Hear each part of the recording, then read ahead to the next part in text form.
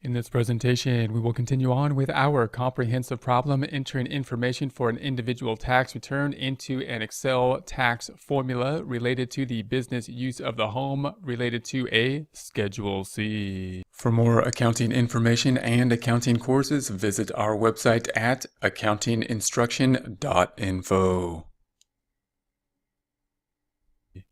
Here is our tax worksheet, basically our tax formula. If you'd like to see how we've gotten here, you can see some prior presentations. We're currently going to be focusing in on the gross income, a deduction related to Schedule C income, which is part of this gross income. This worksheet is tying together, matching out, or supporting what we have entered into the tax return so we can see it in another format. What we've entered into the tax return, or the new thing we have entered, we could see that total income is the $25,462. Part of that is going to be included the Schedule C, which is on the Schedule 1, or the summary of it is here, the business income. So here's the business income. It's also supported on the Schedule C, so that $1,562 is on the Schedule C, $1,562. This is the detail of it. Where we are focusing now is on the business use of the home, the $568. That $568 being supported by Form 8829. So we are looking here at the Form 8829 in essence when we consider this in terms of just a calculation for our worksheet. So from a tax, just a formula standpoint, we're really adjusting the gross income, which includes income and expenses reported on the Schedule C. So what we're going to do is go to the Schedule C worksheet, which is included in that number, bottom line is. And here's our Schedule C worksheet. It just has the revenue minus expenses. What we have now is a new expense, business use of the home. So we're just going to add the new expense for the business use of the home. We're going to have a little bit of detail. We're going to add a little bit of detail just to give another calculation of this so we can get a good idea of what is going on with it. So to do this, we're going to say the business and the personal, or the business and the total square footage of the home is how we're getting that ratio. So the total, we're going to say the business square footage 137, total square footage 1200. The total then is the dividing out of those two. So we're going to say this equals the 137 divided by the 1200. That's going to give the 1142, so 11 and 42%. So that's going to be the ratio we will use to break out the indirect costs. Now, we had a couple expenses here. We're going to say that the rent is going to be indirect. So we paid rent indirect on the rent, 2400, utilities 560. And then we had repairs. We're going to say the repairs were on the office, and that was 230. So this is direct because it was directly on the office, 230. So if we sum these up, if we sum these totals up, we're going to say the sum of the direct is the 230. That is what it is. The sum, or adding up the indirect, is going to be the 2960. Now, the total direct, it is what it is. The amount for the indirect, we're going to multiply times the ratio. So now we're going to take this amount times the ratio. So we're going to say this amount times the ratio of the percentage that is for business usage.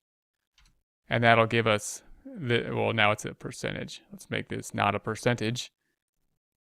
And it'll give us the 338. So there's the 338. So if we add those two up then, we're going to say we have the 230 plus the 338 gives us the 568. So that's kind of a recalculation of what we have on this form. If we manually do it, we can get a good idea of what's going on. 568. So now we're just going to include that then as part of our expenses. So here's all of our expenses. We're just going to include business use of home. And that's going to be equal to this 568, equal to the 568. Then if we sum these items up, we get down to the 13,438. We got 15,000 minus the 13,438, giving 1,562. So there's the 1,562 that found hopefully on the tax return. If we go back to the return and we go to the Schedule C, that 568 will be on the Schedule C, 568, bringing our total to 1,562. We can also verify that on our other tax form. This is our source document, so it's in Excel as well, but we might have just got this on a piece of paper that we entered into the system. The revenue minus the expenses, the income statement. This is what we started with, and then we made these adjustments as we kind of went through this. So this will give us a comparison to the beginning numbers, adjustments we made while we did the tax return, ending numbers, and that's going to be our beginning net income, ending net income after the adjustments.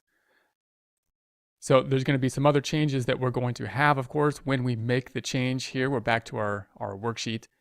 So we have the change to the net income. That's also going to change the self-employment tax. So we have the self-employment tax calculation at $221. One half of that is going to be deductible an above the line deduction. So the self-employment tax, if we go to our worksheet, we can double check that by going to Schedule SE. So Schedule SE, there's the 221. The 111 is going to be deductible. We can also see the 221. If we go to the 1040, page 2, there's the 221 tax, added tax. We'll see that again later. And then the adjustment to income, we're going to see here in the adjustments, the 111.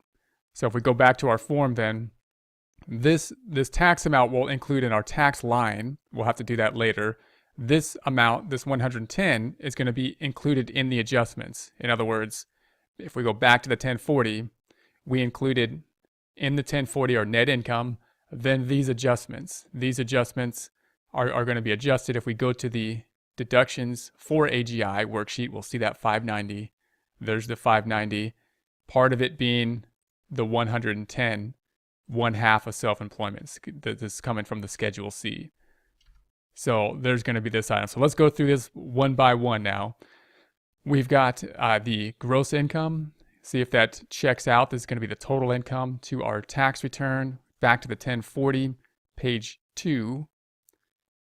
We've got the 20,000, the 25,462, including all of our income up to this point. So 25,462. We've got 590 deductions for adjusted gross income. That's going to be on Schedule 1. We're going to say adjustments to income, 591. We're off by $1. We're going to say that's okay. And then that's going to give us the adjusted gross income, 24,872, subtracting those two out. Back to the taxes, 1040, page 2. We're going to say that we have the 24,871, 24,871.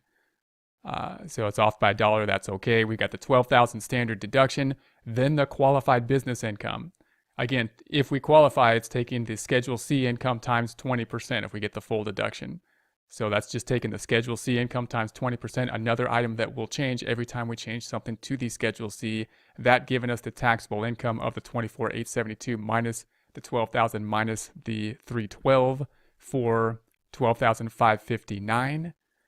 See if that's the case here. We got the 12, we got the 312, 12,559. So we're good there.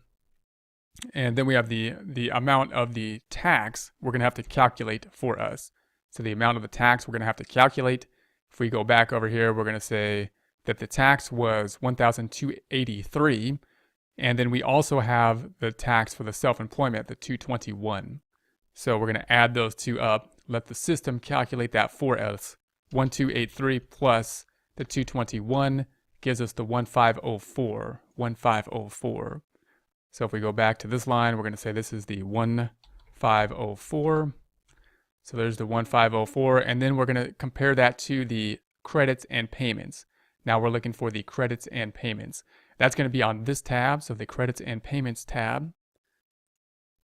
The amount withheld is not going to change. What will change are the credits. So we've got the credits and the payments. Here are the credits for the child tax and dependents and the earned income tax credit. So if we go back to our tax form, we're going to say that the credits are above the line credit here, or above, the up top credits are the 1283. That's the dependent and credits and child tax credits. They're above because they're going to, actually it's this amount. It's above because it's going to bring the tax down to 0. And then we have a credit related to dependents and child tax down here as well, which is going to bring us below zero, meaning we get a refund even if we have zero income tax liability. So we'll add 1217. That gives us our full 2,500. So here's the 2,500. Then we have the earned income tax credit. If we look back at our form, we have the earned income tax 2468. So back here, we're going to say this is 2468. So then if we add this up, we've got the 921, 2,500, the 2468 to the 5889. So there's the 5889. If we go back to our tax form, here's the 5889. We take our liability minus the credits and payments. We've got a refund 4385. 4385. Back to our form, there's the 4385. So this gives us another kind of check, another rundown, so that we can just verify this in our own minds, look at it a little slightly different way, look at it from just a formula type standpoint. For more accounting information and accounting courses, visit our website at accountinginstruction.info.